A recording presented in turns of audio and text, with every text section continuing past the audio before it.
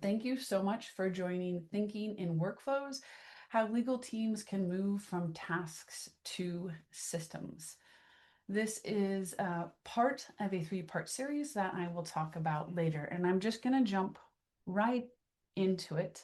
Please, at any time, feel free to come off of mute. You can unmute yourself and ask a question, or you can ask a question in the chat.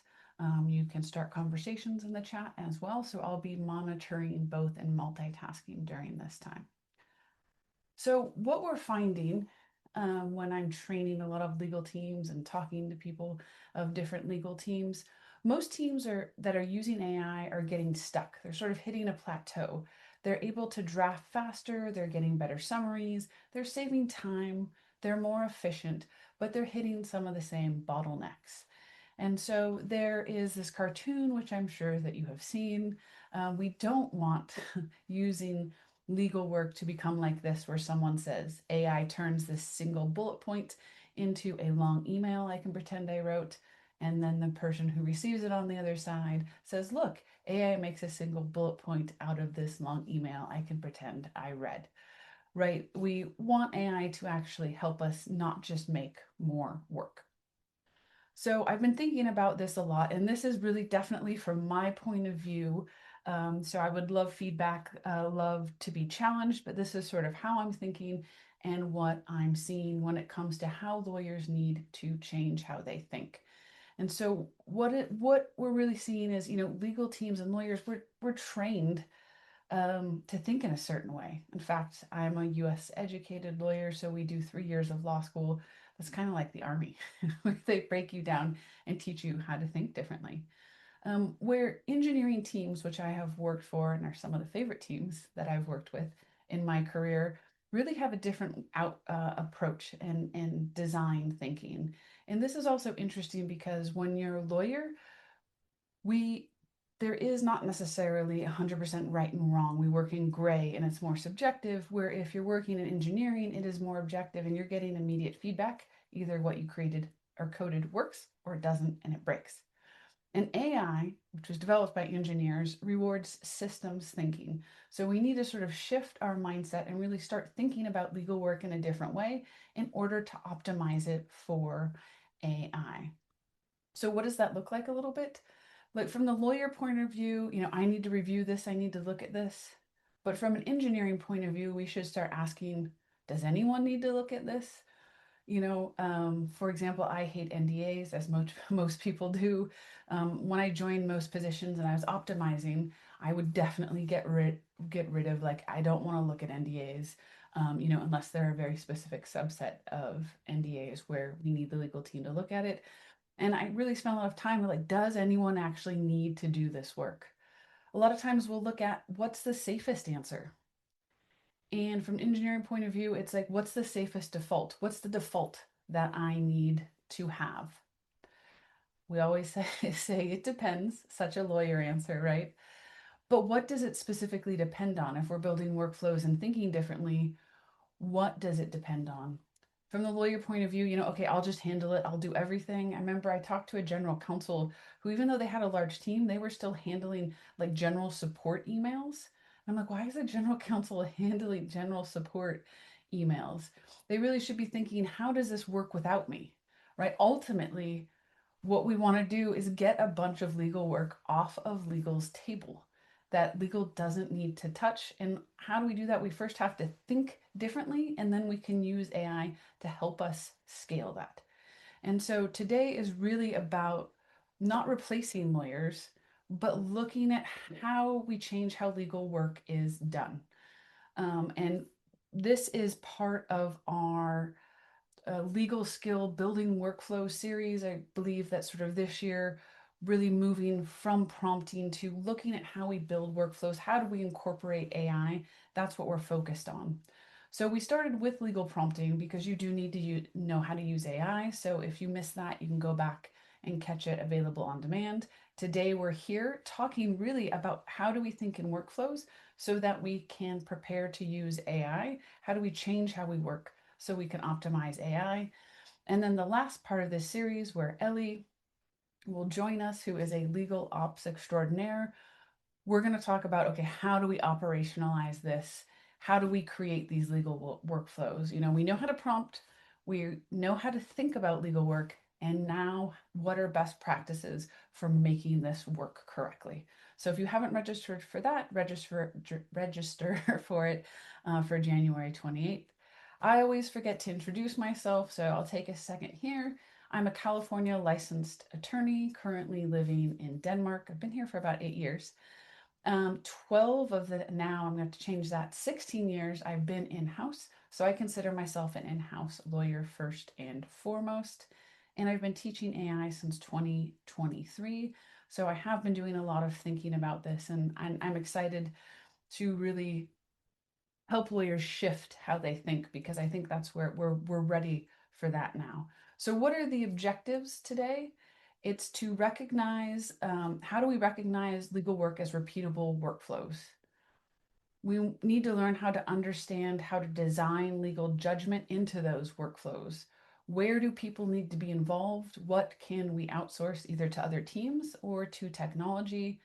And then finally, we'll understand, when and how AI adds leverage. And then in the next session, we'll talk about how do you do that with AI tools. Takeaways from today, you will get this slide deck and this recording. If you go to the event page where you signed up for this event, tomorrow I'll edit this video and then I will upload it along with the slide deck, and then I'll send an email out to everyone so then you can get that material. So if you have any questions about that, feel free to email me. As I said before, if you have questions at any time, please interrupt me, or you can ask them in the chat. And we are going to get started on the overview of what are we going to talk about today? What are the different pillars, so that we can think about how we can change how we think about our legal work, so then we can really start leveraging technology like AI. So the first pillar, and where we're going to start, is at the foundation. And we're going to look at what kind of legal work are you doing? And we're going to separate legal demand from legal risk. So we'll talk about that and learn more about that. And there are 5 steps, and that's the foundation. The second is looking at control. So where is legal effort leaking without really changing the incomes? So here we need to make legal demand and risk visible, predictable, and attributable. So that's really looking at the work that we're doing.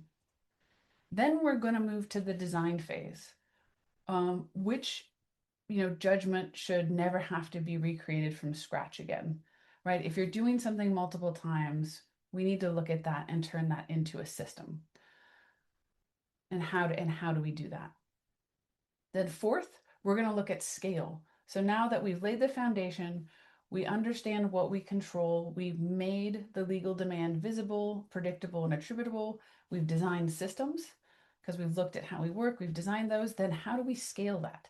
So how do we enable the business to make safe decisions without us in the room, right? Like this scale part is, how do we take work off of our plate?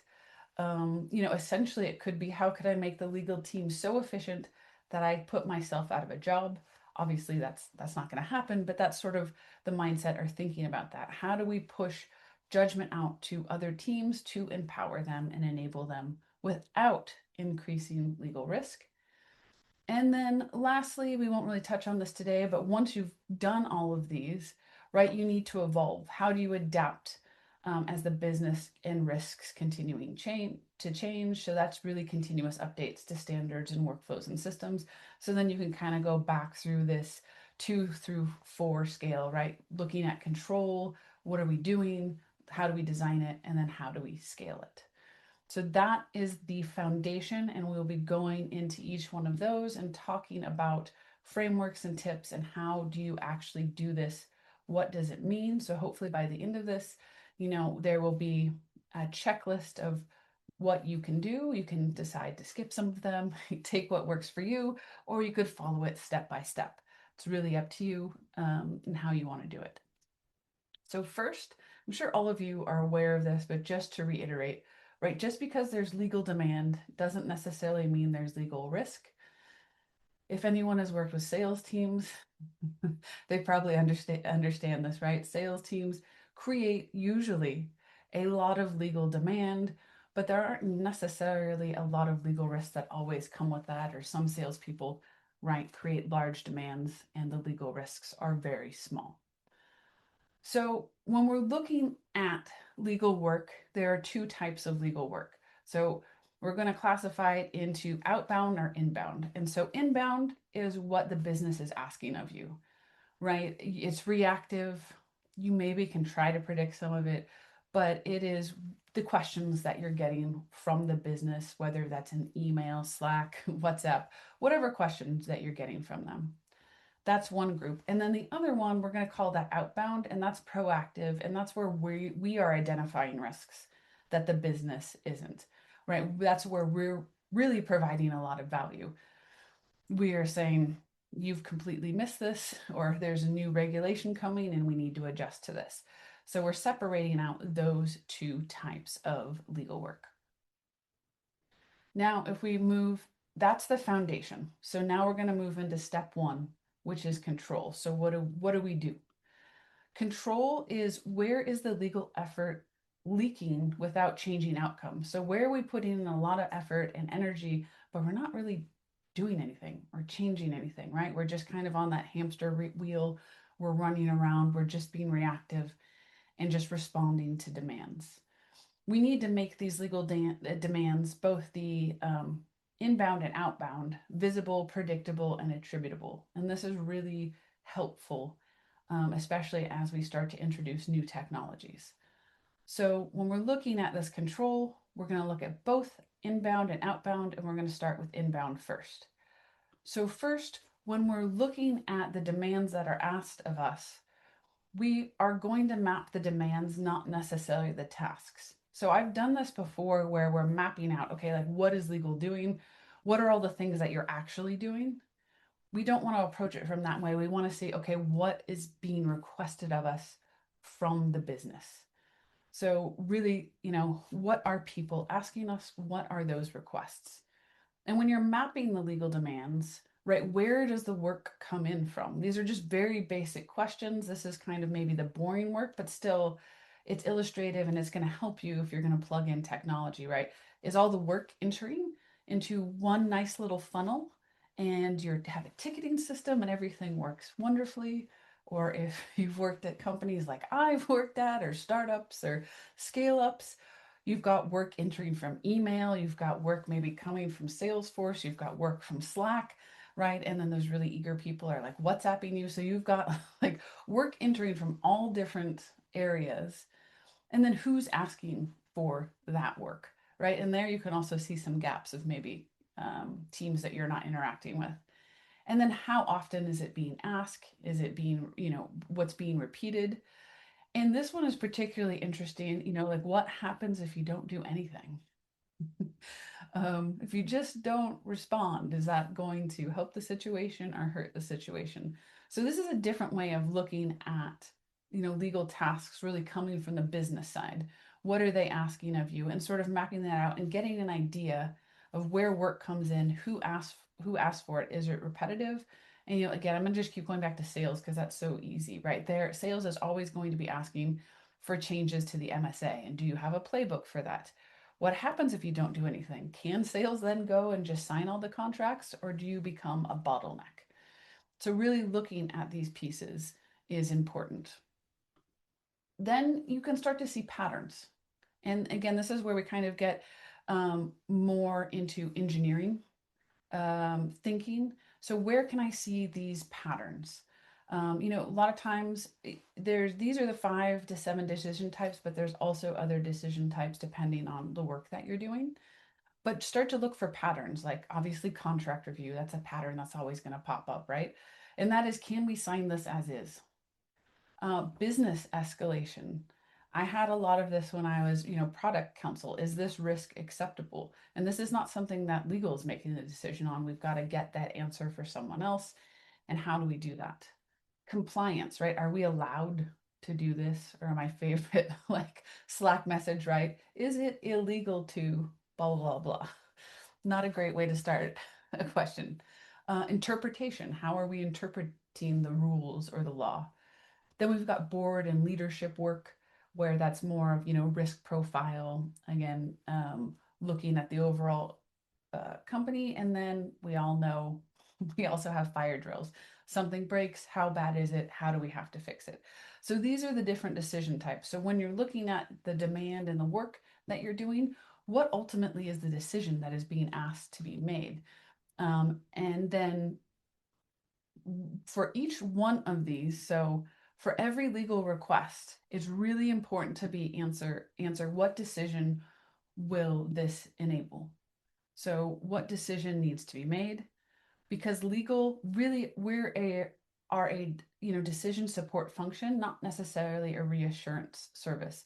So this is again trying to be a little bit more ruthless about what is the legal work that the legal team does, and where are people just coming to us maybe because they're worrying, or asking us to do things, because a lot of times legal teams will pick up extra legal work. That has definitely happened to me in the past and happened to other coworkers, where legal is waiting on, like, we're waiting on someone to do something, and you just kind of get frustrated, so then you just start like fixing things. But it's, what decision will this enable? So what does this look like? It would be, this is the in the control, we've, I think, three different rules. So the first is the triage rule, right? What does it look like? It's, can you review this agreement, turns into, we're deciding whether we can sign this with this liability cap, right? Can we sign this agreement with these deviations? So that's the decision that we're making. Someone's asking you, can you check this request? Turn that into, we need to decide whether this is within policy or without, outside of our policy. Again, asking like, is this okay? We need to make a decision on whether to launch in the EU. So just taking your requests or demands and reframing them as what decision is being asked of us to be made. And because I said liability cap, some of you know that we have these lovely liability caps that we give out to people. If you would like one, definitely give us a shout out on social media. I'll touch on that at the end. But if you give us love on social media, or if you email me, I'm actually in charge of the liability cap hat list right now. Don't tell anyone. Then we can get you on that list, because it's quite a nice hat. I like to digress sometimes. Um, so one, we talked about, right, this is the triage rule. How do we move things from requests into what decision are we actually making? Because control really equals decision clarity. So that's what we're talking about here, right? We're controlling and understanding what are we actually being asked to decide. So if you're not being asked to decide something, then it's not legal work, right? It's, what is the decision that we needs to be made. And if there is no decision and someone is just complaining or raising an issue, then you can just ignore it, because I love being able to sweep things off the rug. So now we have a request, and then we've transformed that request into, okay, this is the decision that we actually need to be made. We're framing it as a decision. The second is that we need ownership. And this is also where, I've worked in scale ups and startups, if you don't already have this, if you have this at your business, this is amazing. You don't have to do anything. But for these requests, who is that ultimate decision owner? A lot of times legal doesn't get to make certain decisions. The business has to make decisions. So who ultimately makes that decision? But who's that risk owner? The risk might be owned by legal, or maybe it's compliance, or maybe it's security, somewhere else in the business. And then what is legal's role? Are we simply advising? Are we drafting? Are we the decision maker? Are we reviewing, or are we blocking something? And this is just to help us understand that, we can't own everything in legal, even though I think a lot of times people want us to. If we own everything, then we don't control anything. So we move from request, frame it as a decision, and then, very clearly who owns that decision, and then where does legal fit in that. So that's how we're looking at the demands that come in, the inbound from the business. The next part of control, where we're looking at, making what we're doing visible and very clear, is outbound. So that's the work that I guess we're creating for ourselves. Legal creates work by risk spotting or issue spotting. But we need to look at these as signals, not as tasks. And so this really helped me. So, okay, let's look at all of these signals. What is all of this information that I'm getting in? Is, regulatory changes, we've got contract risks, litigation, right? We're getting in all of these signals, but that doesn't mean I need to make myself a task yet. So what we need to do is when we have every legal risk, we need to turn that signal or that risk either into a decision, and then it goes back into the process that we just talked about before. Okay, we've named what decision it is. And then we're going to see, who owns that decision and run it through a system or a workflow. Or the other alternative is that we're going to make a system change. So if we're noticing, for example, that we really are having a lot of pushback on 3 clauses in the MSA, then let's update either our MSA or update our playbook. Let's make a system change.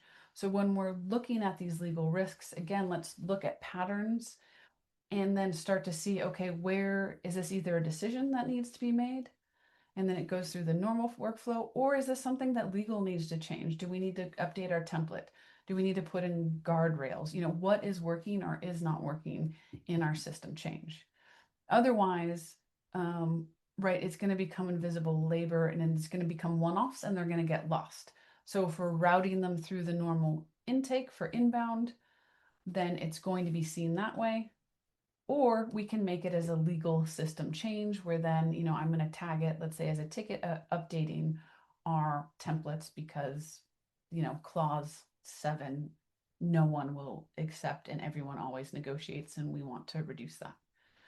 So either a decision request or a system change. So the summary of this, of what we just looked at, because I know it's a lot of new questions or new material and different ways of thinking about this.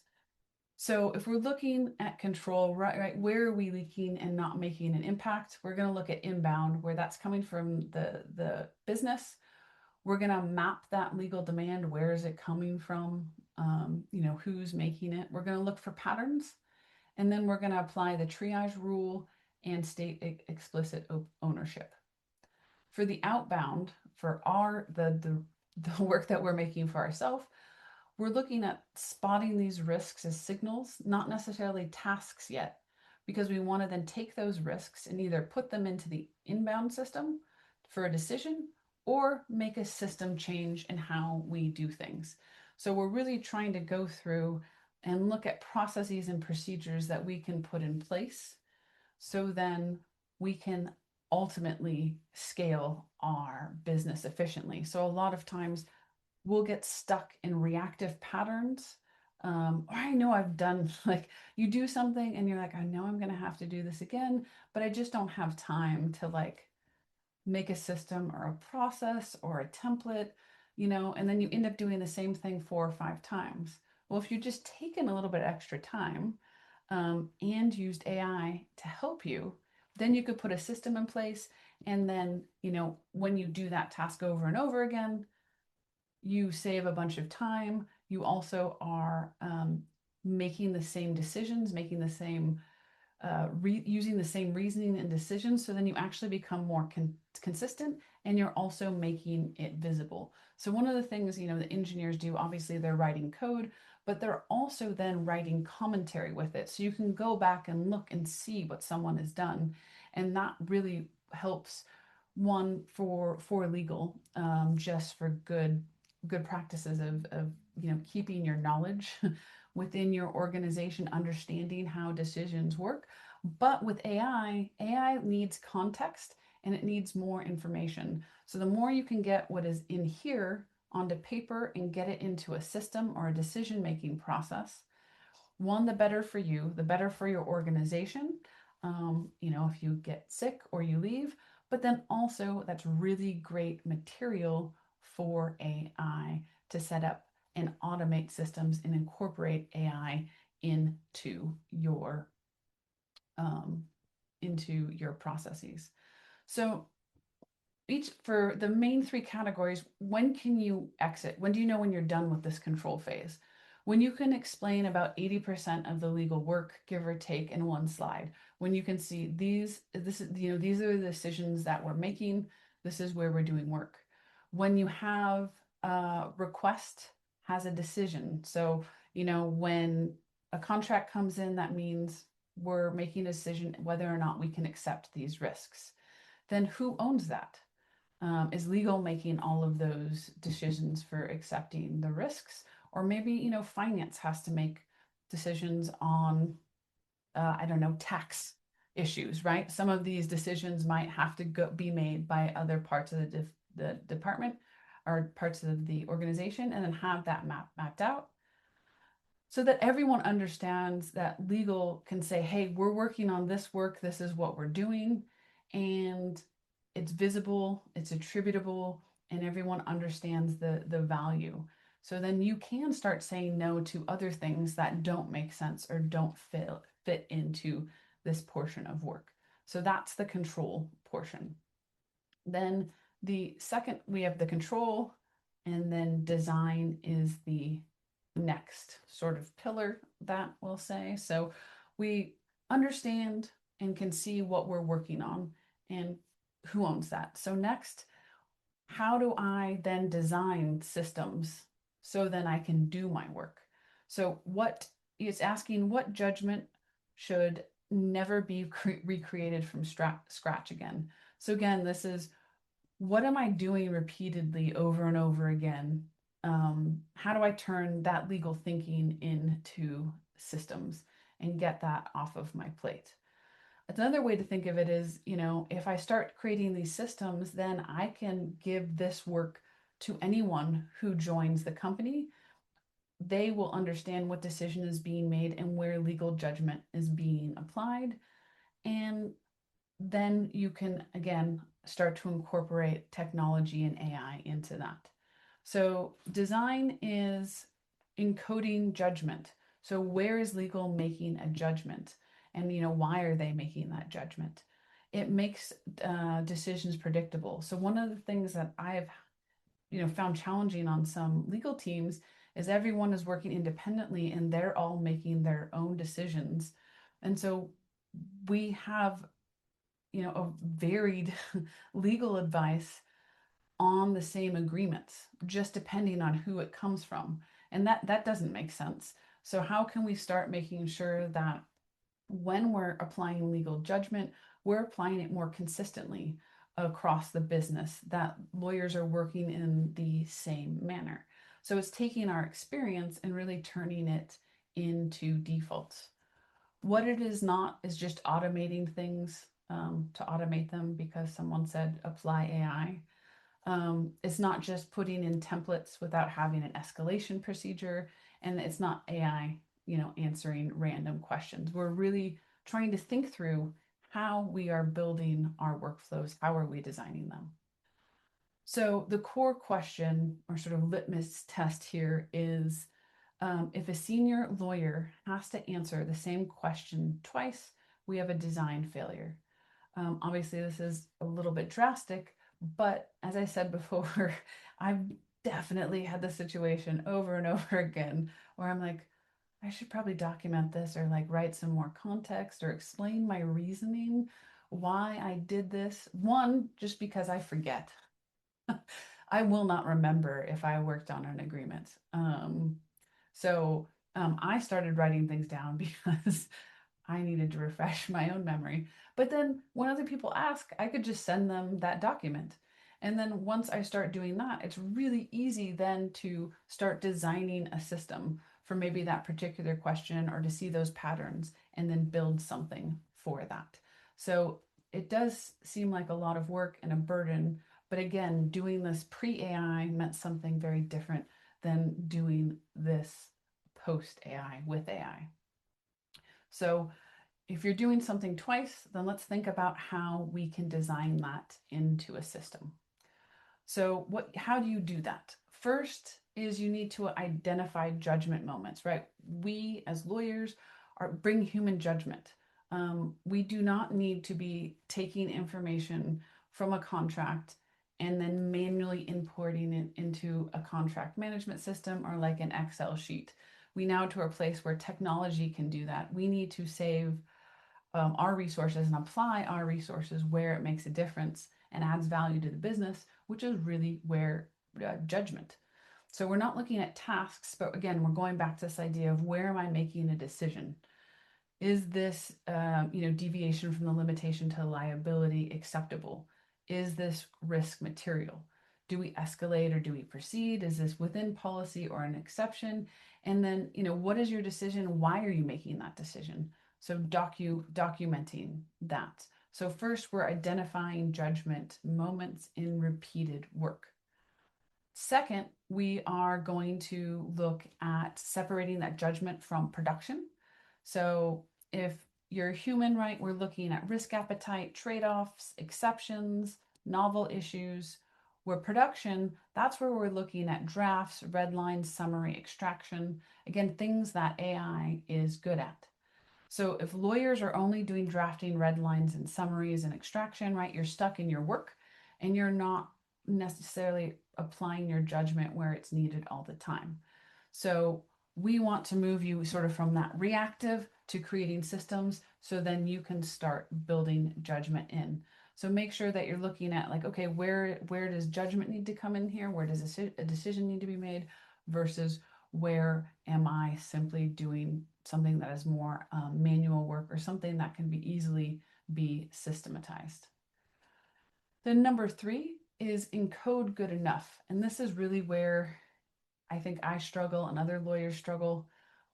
We need to look at what's good enough and not necessarily perfect, right? So that's about making standards explicit.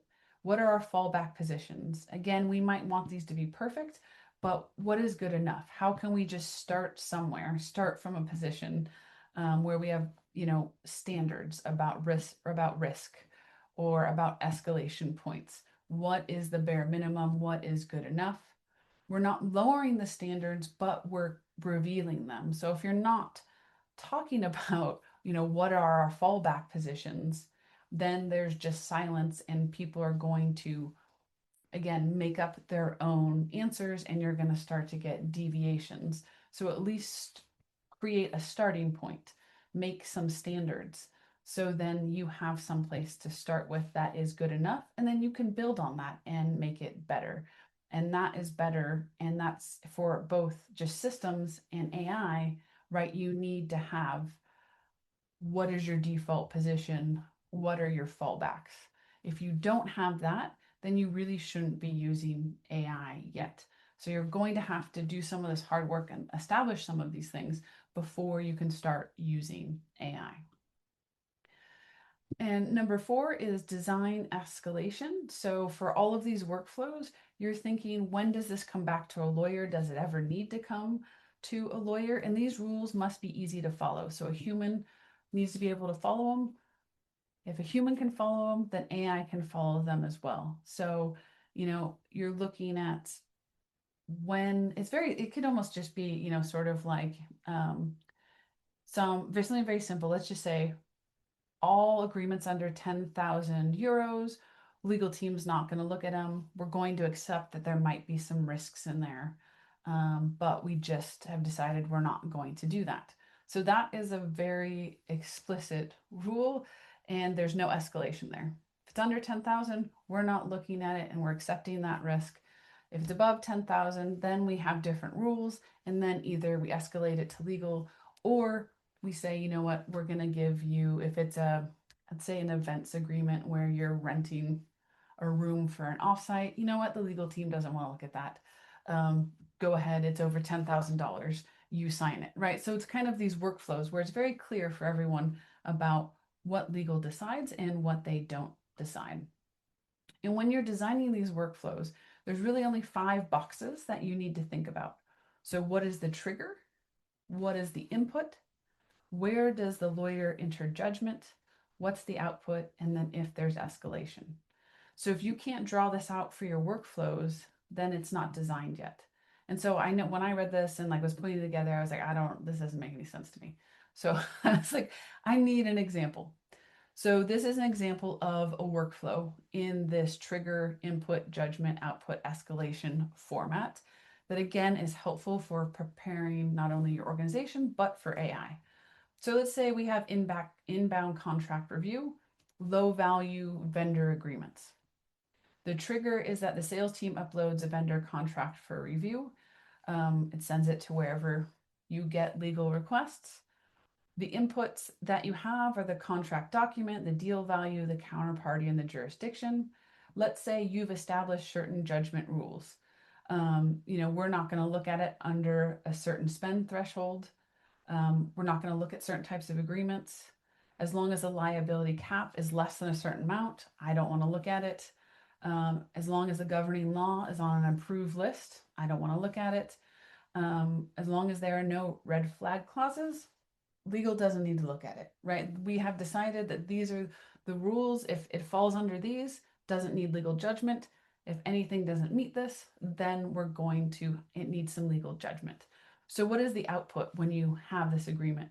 Well, you're either going to say approved to sign, like it's good to go, or approved with the standard fallback language. So let's say governing law, they wanted to add something there. So then you tell the business you have standard fallback language, or if it doesn't meet these judgment rules, then it requires legal approval and we're going to escalate it to legal. And so here again, just for clarity, escalation, right? If it's above a spend threshold, it goes to legal. If the liability cap is greater than X, it goes to legal. Non-standard governing law needs to go to legal. And if there's red flag clauses, it goes to legal. So like, what would this look like in an AI situation? So we built this low value contract analyzer, and it's an automated decision tree that instantly flags contracts needing legal review. So we're eliminating the guesswork in contract triage with a systematic risk assessment. This frees up legal's bandwidth, where legal only gets agreements that they decided that they wanted. So what does this look like? This is Wordsmith. We're showing this. So we uploaded this low risk cleaning contract and I just said review. I have documents and then also custom instructions, and it's going through, it's giving me a summary. Great. And then it has a two-step risk assessment. First, is it the type of agreement that we want that's low risk? Yes.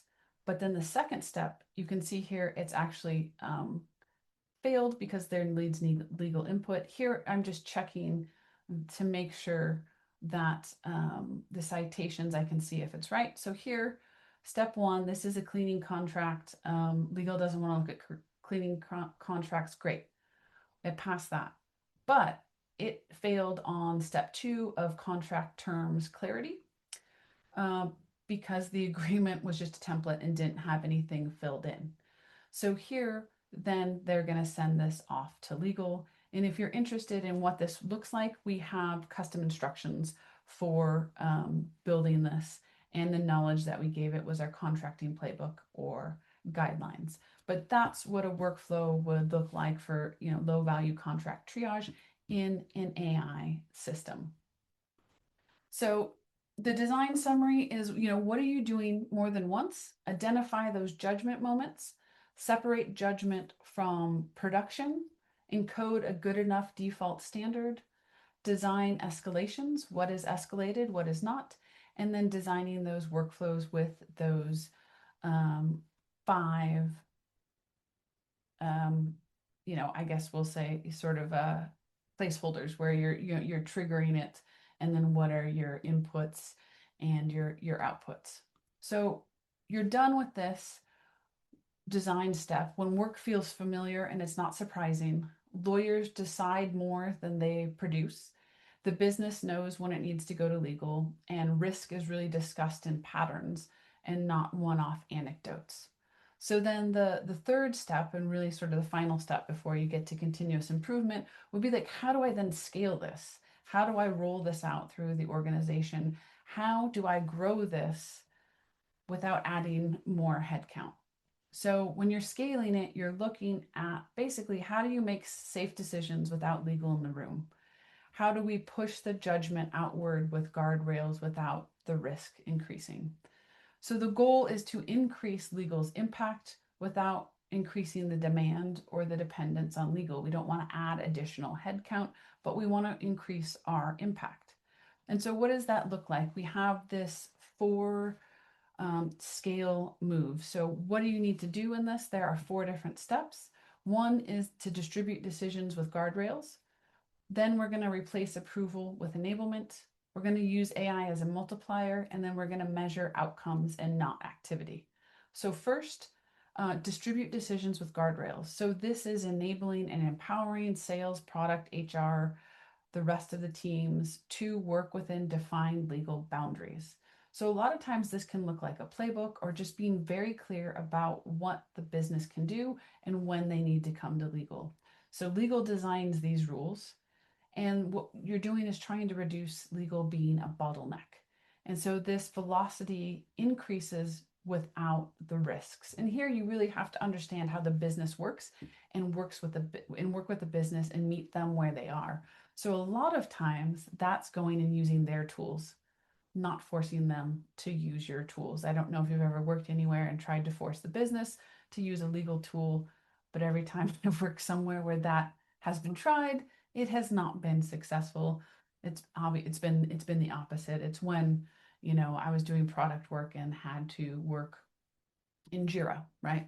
How do we slot the legal work into a Jira request? Along the same lines, right?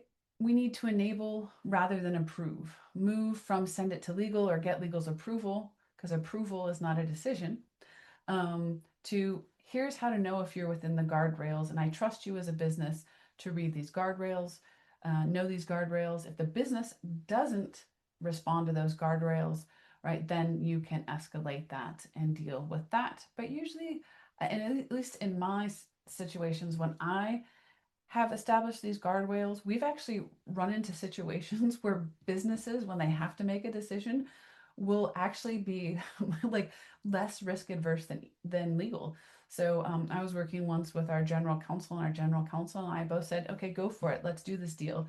And the business, after being informed and understanding their guardrails, actually recommended against it.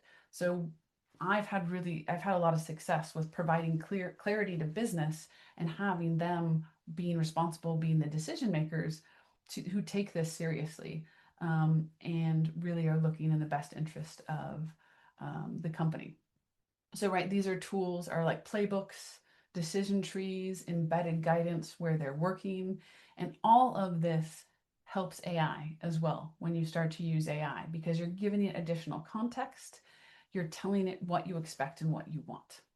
And when it's embedded, you're meeting the business where they work, which is the best way to get to work with them. Now, this is where you use AI as a multiplier. So what AI does is it can spot issues and risks.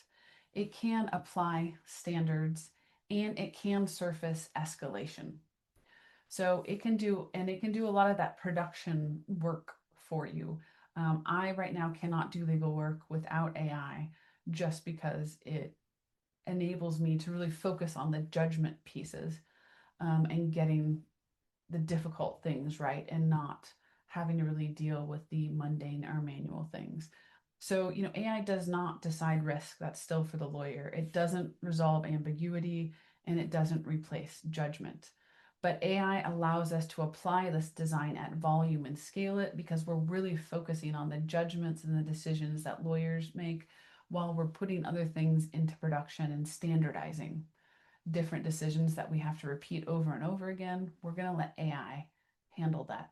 And like the best example I think for that is, like, if you just use jurisdiction, right? Normally, most companies I've worked at, you have, okay, this is our jurisdiction. Then we have the list that falls down from that. AI can handle that. You don't need to go in and do that anymore. You just have AI flag if they don't accept any of your jurisdiction suggestions or fallbacks, then AI would flag that for you. And then that's where you would come in with your legal judgment and make a decision about whether or not you're willing to accept that risk.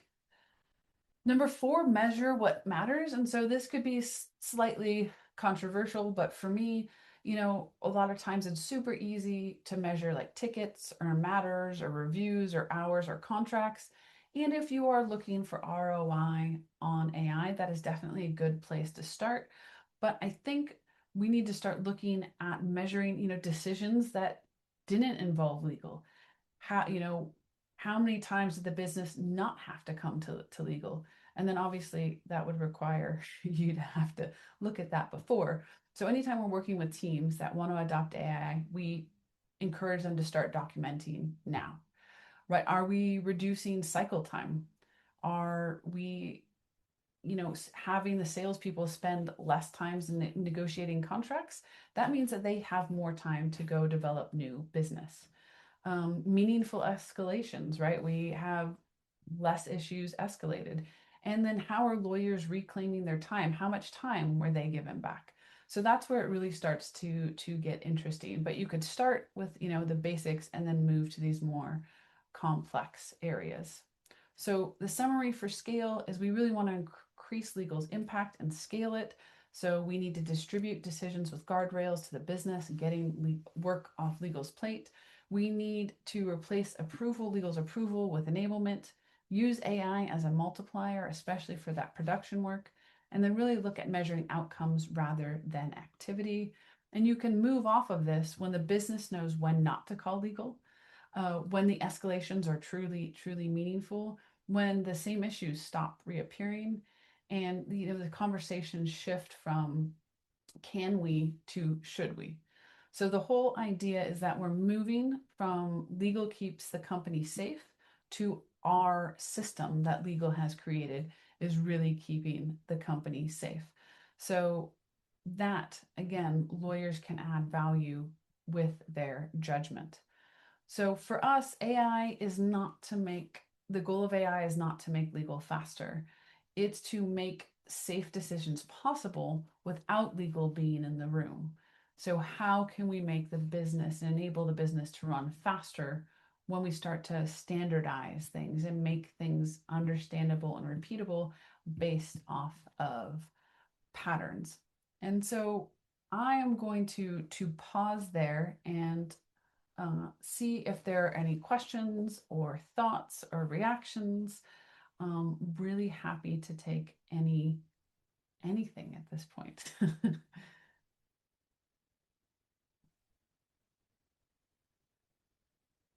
Will someone be brave enough? Did anything resonate with you, or have you tried some of these things? Are they working? Are they not working? Yes, go ahead. Just come off of mute. No, thank you for that framing on the decisions because I think I sit within a legal team and work on legal operations, but I've definitely seen where everybody is kind of working independently sometimes, and we didn't have a view as to what processes everybody was even working on. So we started from the place of just documenting everybody's process of what they do.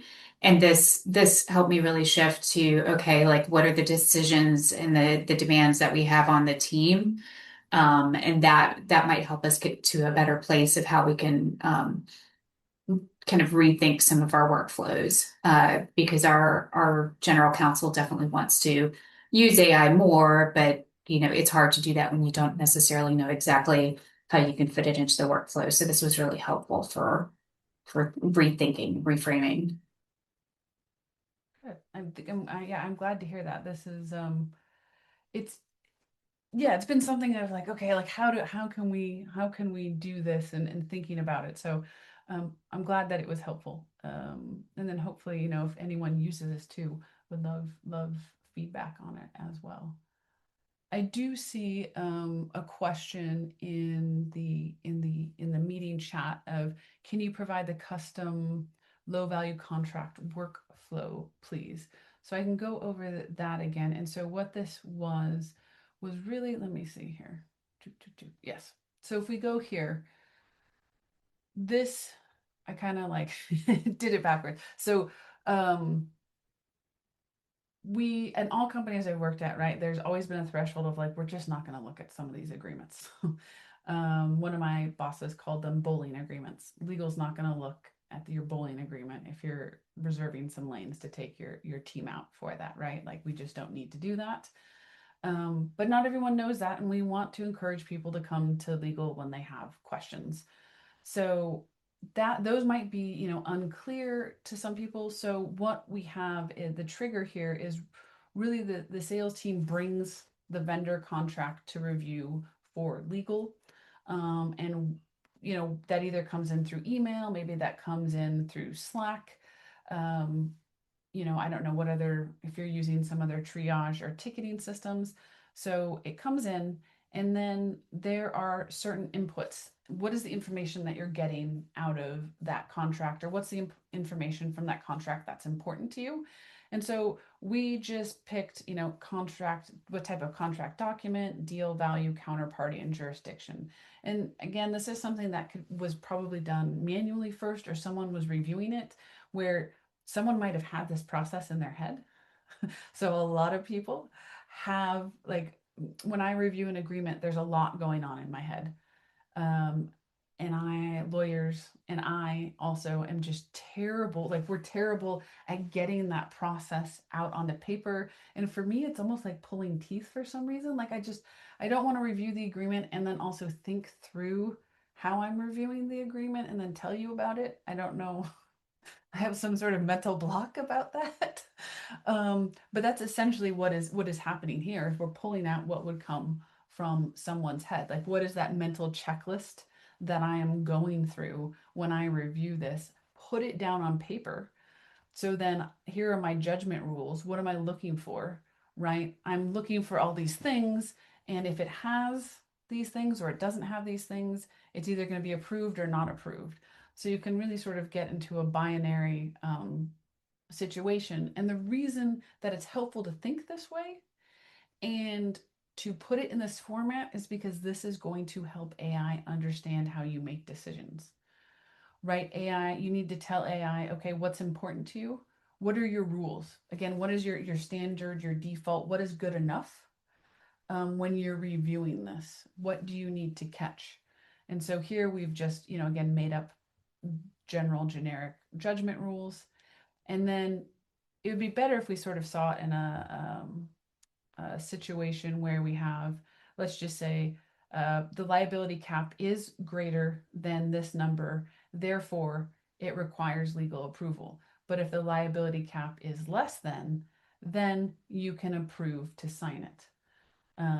So you really need to start to look at that and, like, do the judgment rules, do each one of these have to be met? If one of these fails, does it automatically go to legal? Or do, like, three have to fail to go to legal? Right. So you're thinking through, what am I willing to accept and as a default position? And then when does it get escalated to legal? And when doesn't it get escalated to legal? When can I just tell the business, like, legal doesn't want to see this, just go sign it? And so what we have here, this is a terrible slide, but the idea is you'll get these, and then you can copy and paste it from a PDF if you wanted to try it out. These are actually the custom instructions for um, for an AI system that you can use, like if you're creating a custom GPT, or if you're creating a workspace, which is now a repository in Wordsmith. You give it these custom instructions, you upload a document, and then it's going to follow this process, which is essentially the process that someone used to do in their head, to then triage this contract. With this slide with the technical details, was this what you were talking about, Claire, the custom instructions? Um, Hopefully, if not, if you have questions, you can Yes, definitely. no, thank you, Okay. Laura. Yeah, no, it was, yeah, this is very much what we really want to hit our vendor management. So this is really appeals. Yeah. And this is super, super simple. And you can see how you do that. And again, I'll upload the slides, and then you can copy and paste and take a look at that. Thank you. Yeah. And so definitely, follow Wordsmith on social media. Definitely give a shout out if this was helpful. If you like the Academy, it's a free resource. So please let other people know about it. And if you want a liability cap, definitely let us know. If you have questions, please feel free to email me, laura@wordsmith.ai, or also you can follow me on LinkedIn. We can connect there. So if you have any other questions, or if you want those custom instructions in a way that's easier to copy and paste, let me know and I can email them to you. And I really appreciate you spending the time here with me today. And I'll stay a couple of extra minutes if anyone has any additional questions. But if not, have a great evening or a great rest of your day, depending where you are located in the world.